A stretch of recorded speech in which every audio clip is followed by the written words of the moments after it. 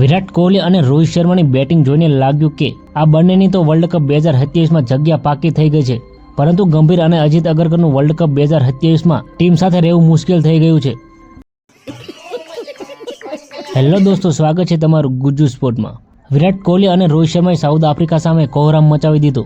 અજીત અગરકરે એક ઇન્ટરવ્યુમાં વિરાટ કોહલી અને રોહિત શર્માને લઈને કહ્યું હતું કે આ બંને 2027નો વર્લ્ડ કપ રમશે કે નહીં તે હજી નક્કી થયું નથી. અત્યારે આ બંને સિવાય ભારત પાસે કોઈ વિકલ્પ જ રહ્યો નથી.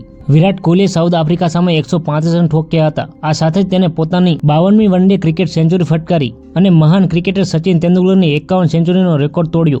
સાઉથ આફ્રિકા સામે માત્ર વિરાટ કોહલી જ નહીં, પરંતુ રોહિત શર્માએ પણ મહાન રેકોર્ડ બનાવ્યો છે. રોહિત શર્માએ સાઉથ આફ્રિકા સામે 3 છગ્ગા માર્યા હતા. આ સાથે જ રોહિત શર્માના વન ડે ક્રિકેટમાં 352 છગ્ગા થઈ ગયા છે, જે શાહિદ આફ્રિદીનો 351 સિક્સરનો રેકોર્ડ રોહિત શર્માએ તોડીને પોતાના નામે કરી લીધો છે. આ સાથે કેએલ રાહુલને પણ રોહિત શર્માએ પોતાની લીડરશિપના અનુભવથી ઘણી મદદ કરી હતી અને ભારતને આ મેચ જીતવામાં મહત્વનો ભાગ ભજવ્યો હતો.